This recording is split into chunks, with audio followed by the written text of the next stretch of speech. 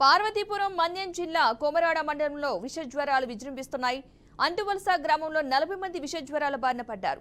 గత 5 రోజులుగా జ్వరాలు తగ్గకపోవడంతో జిల్లా హాస్పిటల్లో చికిత్స అందిస్తున్నారు.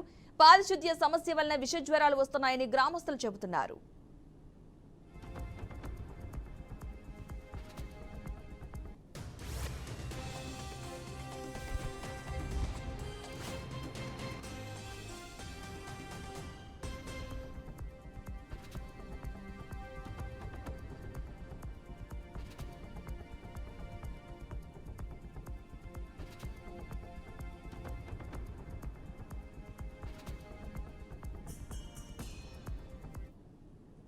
చాలా తీవ్రంగా ఉండే పరిస్థితి ఉంది.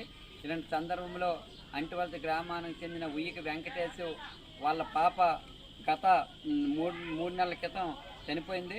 ఆమె తేజశ్రీ అండి చనిపోయింది. ఇప్పుడు వాళ్ళ తమ్ముడికి సాయి తేజకి జ్వరం, మలేరియా జ్వరము, అలాగే వాళ్ళ చెల్లి అలేఖ్య కూడా జ్వరంతో ఈరోజు పార్వతీపురం మన్యం జిల్లా ఆసుపత్రిలో జాయిన్ చేశారు.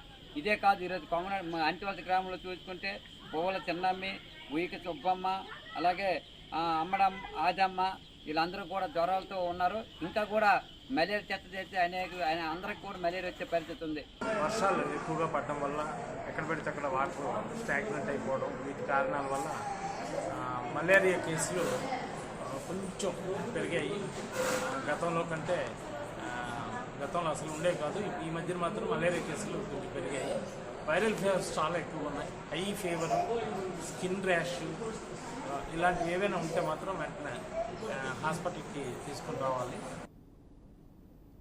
ఈరోజు జ్వరాలు చాలా తీవ్రంగా ఉండే పరిస్థితి ఉంది.